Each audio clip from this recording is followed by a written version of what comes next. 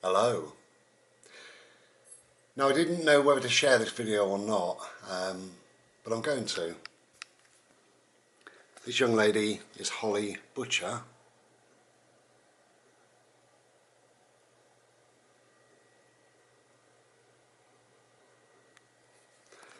Okay, or was Holly Butcher, aged 27, from Australia. She died of a rare form of cancer, and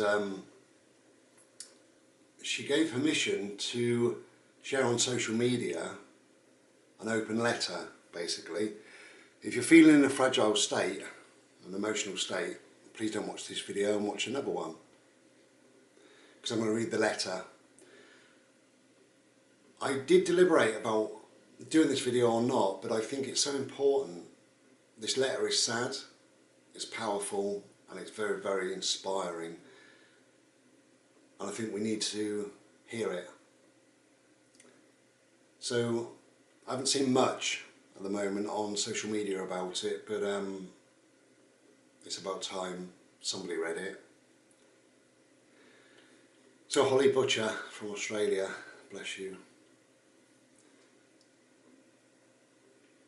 So Holly says, a bit of life advice from Hol. It's a strange thing to realise and accept your mortality at 26 years young. It's just one of those things you ignore. The days tick by and you just expect they will keep on coming until the unexpected happens. I always imagined myself growing old, wrinkled and grey, like most likely caused by the beautiful family, lots of kiddies, I planned on building with the love of my life.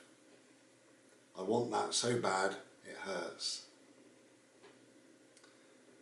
That's the thing about life, it is fragile, precious and unpredictable, and each day is a gift, not a given right.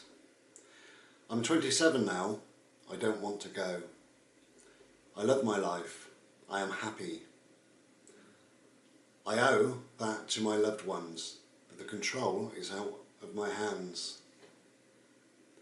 I haven't started this note before I die, so that death is feared.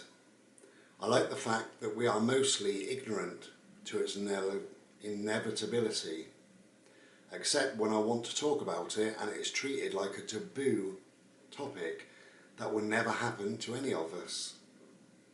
That's been a bit tough.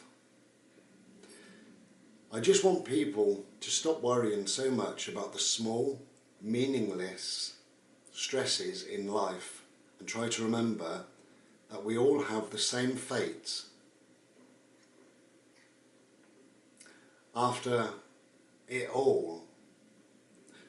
Remember that we all have the same fate after it all. So do what you can make your time feel worthy and great, minus the bullshit.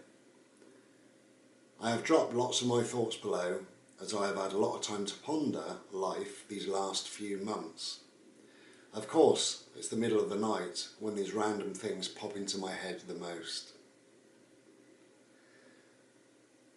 Those things you are whinging about, ridiculous things. Something I have noticed so much these past few months. Just think about someone who is really facing a problem. Be grateful for your minor issue and get over it. It's okay to acknowledge that something is annoying, but try not to carry on about it and negatively affect other people's days. Once you do that, get out there and take a freaking big breath of that fresh Aussie air deep into your lungs. Look at how blue the sky is, how green the trees are. It's so beautiful. Think how lucky you are to be able to do that. Breathe. You might have got caught in bad traffic today or had a bad sleep because your beautiful babies kept you awake, or your hairdresser cut your hair too short. Your new fake nails might have got a chip. Your boobs are too small, or you have cellulite on your arse and your belly is wobbling. Let all that shit go. I swear you will not be thinking of those things when it is your turn to go. It is all so insignificant when you look at life as a whole. I'm watching my body waste away right before my eyes with nothing I can do about it. And all I wish for now is that I can have just one more birthday or Christmas with my family, or just one more day with my partner and dog. Just one more. I hear people complaining about the terrible work, how terrible work is, or how hard it is to exercise. Be grateful you are physically able to. Work and exercise may seem like such trivial things until your body doesn't allow you to do either of them. I tried to live a healthy life. In fact, that was probably my major passion. Appreciate your good health and functioning body, even if it isn't your ideal size. Look after it and embrace how amazing it is.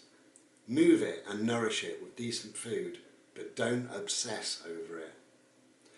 Remember, there are more aspects to good health than the physical body. Work just as hard on finding your mental, emotional and spiritual happiness too.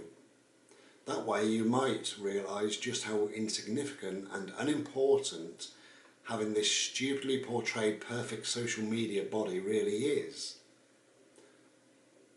While on this topic, delete any account that pops up on your news feeds that gives you a sense of feeling shit about yourself.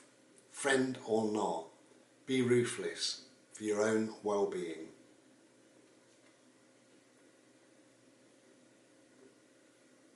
Be grateful for each day you don't have pain, and even the days where you are unwell with man flu, a sore back or a sprained ankle. Accept it is shit, but just be thankful it isn't life-threatening and it will go away. Whinge less, people, and help each other more. Give, give, give.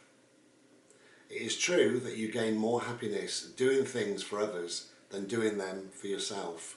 I wish I did this more. Since I have been sick, I have met the most incredibly giving and kind people, and have been the receiver of the most thoughtful and loving words and support from my family, friends and strangers. More than I could ever give in return. I will never forget this and will be forever grateful to all these people. It is a weird thing having money to spend at the end when you're dying. It is not a time you go out and buy material things like you usually would, like a new dress. It makes you think how silly it is that we think it is worth spending so much money on new clothes and things in our lives. Buy your friend something kind instead of another dress, beauty product or jewellery for that next wedding. No one cares if you wear the same thing twice. It feels good. Take them out for a meal, or better yet, cook them a meal. Shout them a coffee. Give them a plant, a massage or a candle, and tell them that you love them when you give it to them. Value other people's time. Don't keep them waiting because you are shit at being on time. Get ready earlier if you are one of those people, and appreciate that your friends want to share their time with you, not sit by themselves waiting on a mate. You will gain respect too. Amen, sister. This year our family agreed to do no presents, and despite the tree looking rather sad and empty, I nearly cracked Christmas Eve. It was so nice because people didn't have the pressure of shopping, and the effort went into writing a nice card for each other. Plus, imagine my family trying to buy me a present knowing they would probably end up with it themselves. Strange. It might seem lame, but those cards mean more to me than any impulse purchase could. Mind you, it was also easier to do in our house because we had no little kiddies there. Anyway, moral of the story, presents are not needed for a meaningful Christmas. Moving on. Use your money on experiences, or at least don't miss out on experiences because you spent all your money on material shit. Put in the effort to do that day trip to the beach you keep putting off. Dip your feet in the water and dig your toes in the sand.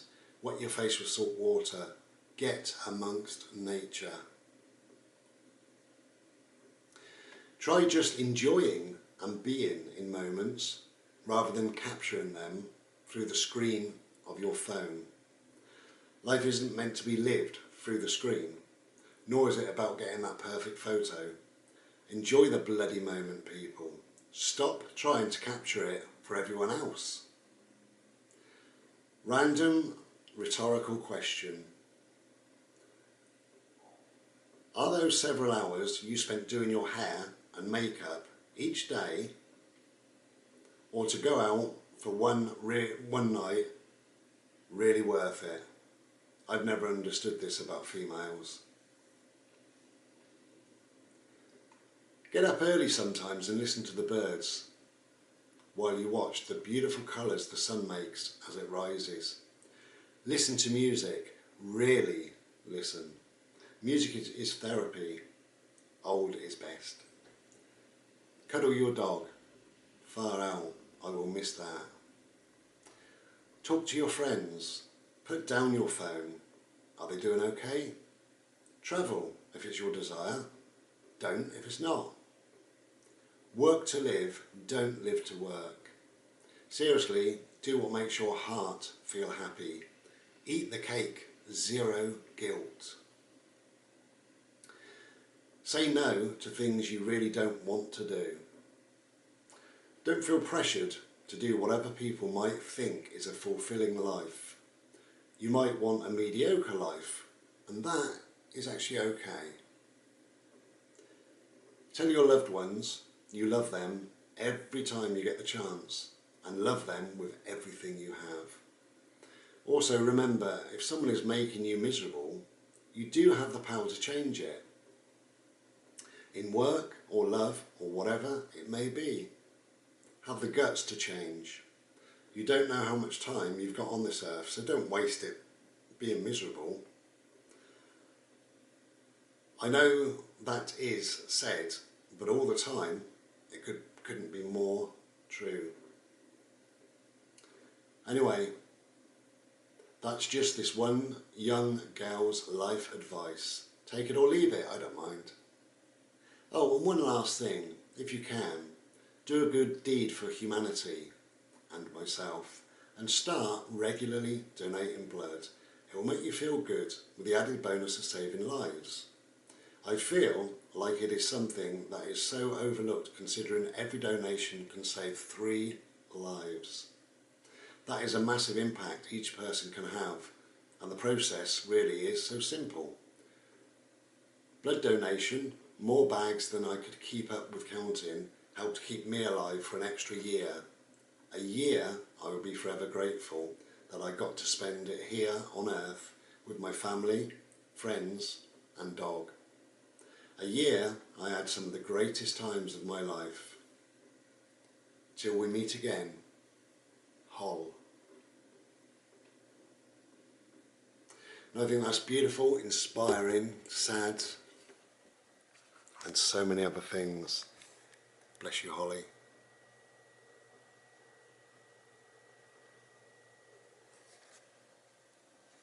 Grab your life, people. Make it count.